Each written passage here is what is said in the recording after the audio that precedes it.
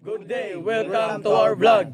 Today, we are here to discuss our experience. And challenges, and how to overcome these challenges. and how our community help us. So, quick summary of the earthquake. It was 7.2. It happened on October 15, 2013. And it was one of the deadliest earthquake happened in Bohol or in the Philippines. Many lives are lost, injuries, mga balay nga tumpag, especially ato ang mga simbahan. And here are our individual experience. Akong na-experience itong linog nga tuig 2013 kay wala ko tong balay. To ako sa silingan kay nagduwa ko. Wako wa damha nga atong linugang nga kusog ayo mao na dito pangitabuan. Ya pangitabuan to nidagan ko. Wako kadahom nga natumba na day ko tapos gitabang ko. Ya pagtabang gipalingkod ko. Yadto gipangutana kung sige bati nako gibati ko lipong kay wa man di ko ipamahawad to. Nya pagkahuman na to, niluy ko sa bay. Dito na ko nila mama, nag-uban-uban. Dito na may sa gawas, naglatag na may glantay ato. Antod nga pagkagabi dito na may sa gawas, antod nga abot ng mga aftershock na pila na kuan. Akong gibati ato trauma nga kahadlok nga way undang nga hadlok kay tungod atong linuga daghan mga tawo nga nangamatay, daghang mga bahay nga natumpag. Daghan pamilya nga naguol kay nawad-an sila pamilya. Muto pagkahitabuha to nalagpasan to namo nga problema sa pamaagi sa pagtinabangay sa isig ka tawo sa like paghatag og mga relief goods sa mga tawo o sa mga silingan sa akong mamang papa nagtabang-tabang na ko nila. Akong nakatunan nga ang linog usa ka delikado nga butang nga may tabo nining kalibutan na. Nakakaton ko unsaon pagpabiling kalmado kung may tabo ang linog sa among lugar. Ug dili na to kalimtan ang pagampo sa Ginoo aron malayo ta sa disgrasya sa umaabot nga panahon. Mga linog pag 2013 ay grade 5 na ito. Nya holiday man to siya walay klase ato tayo nya maong nagdula mi sa akong igagaw sa akong mga igsuon sa diyang nitabo tong kusog kay nga linog nga 7.2 magnitude. Yang dadali-dali mig dagan padong sa mong mama kay nitago mi sa alam sa lamisa nyo. Nigawas mi dayon paguman sa linog kay daghan pa kayo og aftershocks. Akong masulti na nako adto kay nag-cause jud siya og kanang trauma sa mga kahadlok kulba kanunay ignay aftershocks kay first time na mo maka-experience og kusog kayo nga linog sa among tibok kinabuhi ya. O kaloyon sa Ginoo wala maguba mambalay ito nga linog pero ato gyapon mi naka-experience og matulog gawas sa balay kami sa among silingan o nalampos na mo kay nagtinabangay may sa mga igagaw nagataganay may og mga pagkaon.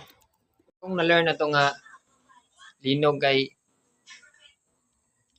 dapat magtinabangay gyud sa kung sa pakalisod sa panahon o dapat di kalimtan ang pagampo karadlaw kanunay para tagaan og sa Ginoo og sakto nga panglawas og grasya maong di gid nato angay kalimtan ng pagampo. Hi, ako day si Gerardiles Lapis. Mao dinhi akong mga nagian sa linog. Nahinumdum ko sa kusog nga pagtayog sa yuta sayo sa kabuntagon. Murag katapusan na sa kalibutan, nagdagan mi palayo sa among balay samtang nangaguba kini. Ang among balay nangaguba og kinahanglan namong dali nga mangita og luwas nga dapit. Ang mga adlaw nga misunod makalilisang. Nagtulog kami sa mga tunda na balaka sa mga aftershocks ug nanlimbasog sa pagpangita ug pagkaon og limpyo nga tubig adtong panahona. Apan nagtinabangay kami sa among komunidad ug nagkahiusa kaming tanan. Pagtabang sa akong pamilya ug komunidad, human sa linog, naghimo ko og lakang aron matabangan ang akong pamilya ug ang komunidad. Nagsusi ko sa ilang mga kahimtang ug naghatag og suporta bisan gamay sa mga ilang kinahanglan. Nagtabang usab ko sa akong mga silingan, sa mga needs ug sa akong pagpatambal sa kanila nga sila nadatugan. Ang nakahatag og kusog nako mao ang pagkahiusa sa among komunidad. Personal nga gipakita nako ang pagkamalahutayon pinaagi sa pagtabang sa mga silingan. Pagpabilin nga kalmado ug pagtabang sa akong pamilya ang kasinatian niini nagtudlo kanako nga bisan sa labing lisod nga mga panahon makit-an nato ang kusog nga sa atong kaugalingon ug sa usag-usa. Ang linog nagtudlo kanako sa kahinungdanon sa pagpangandam ug pagkaandam sa mga kalamidad. Nakatunan ko nga ang pagkahiusa o pagtinabangay sa mga tao magkatabang sa pag-overcome sa mga kaalisdanan. Nagpahinumdum kini kanako nga kinahanglan kita nga mag-amping ug mag-andam sa tanan nga mga butang nga mahimong mahitabo sa atong kinabuhi ug sa atong mga kalamidad nga moabotay. Ako dahil si Charles Bingmoni ang akong nagian sa linog. Nahinumdum ko sa kusog na pagtayog sa yuta murag katapusan na sa kalibutan. Nagdagan mi palayo sa among balay samtang naguba kini. Ang among balay naguba ug kinahanglan na namong dali mangitaw og luwas nga lapit. Ang mga adlaw nga misunod makalilisa. Natulog kami sa tulda na balaka sa mga aftershock ug nanlimbasog sa pagpangita pagkaon og limpyo nga tubig. Apan nagtinabagay mi ang mga komunidad naghiusa nagpaambit kanamo gamay nga magtukod og pag-usab og mga kauban. Focus on community health. Pagtabang sa pamilya ug mga higala ug komunidad. Human sa linog naghimo ko og larang aron makatabang ang mga akong pamilya ug mga higala ug komunidad. Nagsusi ko sa ilang kahimtang ug naghatag og suporta sa nanginahanglan. Nagtabang usab ko sa pagpanglimpyo sa mga debris pag-ayo og mga naguba nga mga kamay. Resilience and recovery. Ang nahatag og kusog nako ang mao paghiusa sa akong komunidad. Nagtinabangay ang mga tawo nagpaambit sa mga supply ug naglipay usag-usa. Personal nga gipakita nako ang mga pagpalhotayon pinaagi sa pagtabang sa mga silingan, pagpabili og kalamado ug pagtabang sa akong pamilya nga kansitian kini nagtuo kanako bisan labing lisod nga panahon makit-an nato ang kusog sa atong kaugalingon ug usag-usa. Mga leksyon nga nakatunan. Ang linog nagtudlo kanako na kinahanglan pagpangandam o pagkaandam sa kalamidad. Nagkakatunan na paghiusa sa pagtinabangay sa mga tawo makatabang sa pag-overcome sa mga kalasdan. Ang leksyon nga nakatunan gikan sa gamay nga kasinatian sa linog nagpabilin sa akong nahuna kahandod karon. Nagpahinumdom kini kanako na kinahanglan kita mag-amping ug pag-andam sa mga butang nga mahimong mahitabo sa atong kinabuhi. So, October 15, 2013, ang linog naigo sa Sagbayan. Mao ang epicenter sa Sagbayan, and then buntag sayo pa ato. Giingnan ako sa akong kuya nga mamatag sayo lagi kay mananaw mi og NBA kay finals to. Then hitabo na ang linog, ga kamang-kamang ko ilaw sa sakyanan nga gauntol-untol. Kamang ko padung sa tunga sa kalsada, and then gingnan ko sa ako ang silingan nga naggunit gyud maayo sa bumbil nga hapit kuno ko malata sa sakyanan. Aftermath about ato, nakafeel ko og trauma gamay paglinog makulbaan dayon. Siguro of course kahadlok, pero tong adlaw to wa man jud kay mabuhat kay igo mo gyud tanan buhol ato. Wa di ka kalikay lagi.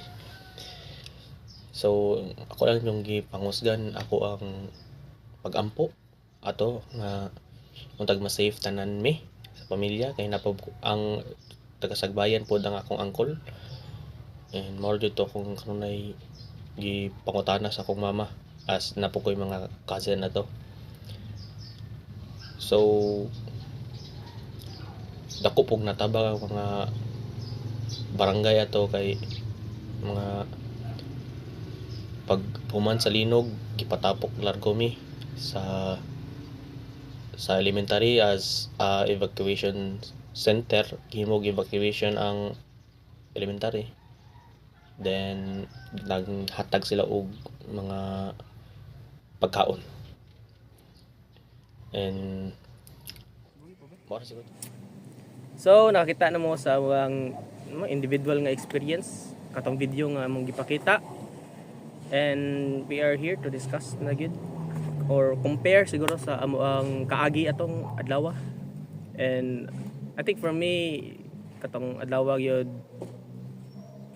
taslakan kay ko hadlukan, then nakakita ko sa ko ang mama nga na-trap sa balay matong kitabangan ako bisag kauyog-uyog pa.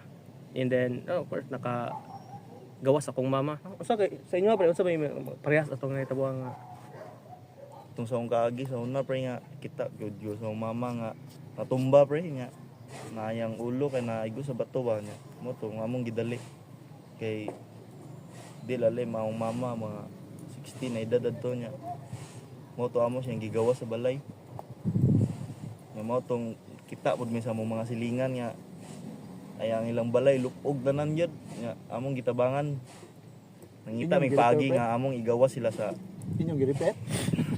among gi pangitag paagi para makagawas na sila, na trap sila sa sud tungod kay walay nabilin sa ilang balay nagamay.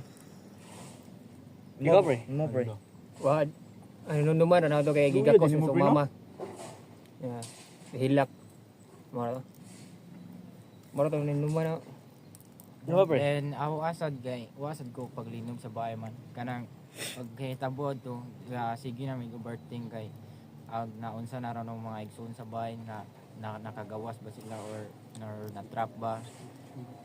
Then pag abot na mo sa bahay to, mo tong para sige naghila kong mama kay na agwas ya katuo nga makuha na mong bahay magubaw taman. Then about sa silingan po this mo tong tabanganay mi tanan para makuha sa mga gamit. Then morat Kuwasan kay wapog ko sabay. Motong wapog ibaw si mama to nga nilakaw rin ko to pagkabuntaga. Nya ibaw nga maglinog dito. Nya nabalaka si mama kay asa na kuno ko dis ako ko abot kay wako na nanghit pero nandiri ko sa silingan. Nya pag human to dito ko sa silingan nagpundo tong pagalinog. Nya pag human nagtinog ni uli nako hong gipangita sila mama og asa na pando naramdam itong gawas tong hawa na mga kuan kanang area. How did your community support you in building resilience? So, ang natabang day sa mga isig silingan, barangay na mo ato is grabe sila ka open, no?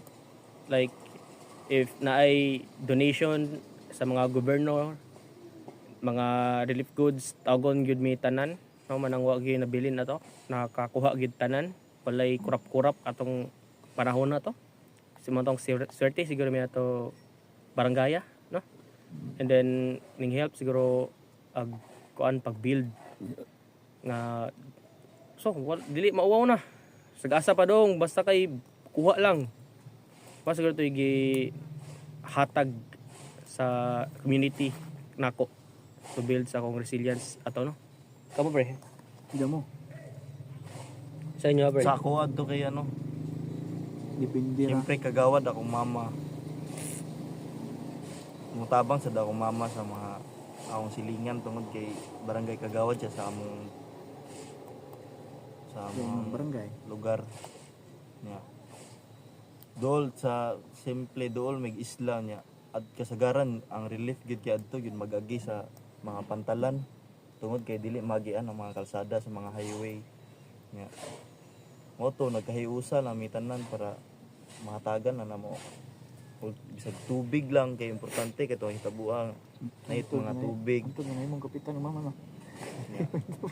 Daghan naman kay mga relief nga niabot niya mo tong tagsa-tagsa na tagan yun ng mga sakop sa akong mama nga mga silingan niyang mga kabarangay.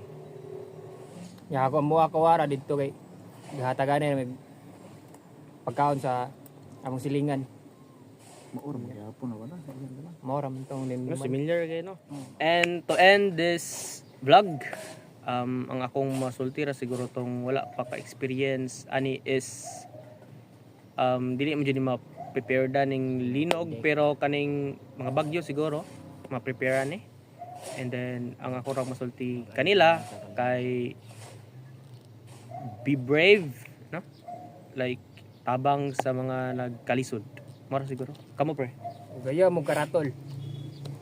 Na salig yung gid sa Ginoo, ampo lang kanunay para guidan ta niya always. Kamo Ana ra po siguro na dapat always pray na kadadlaw nga ilayo ta sa mga disgrasya nga mabutay. Sunod. Then sa mao ra to salamat. Okay. Bye-bye!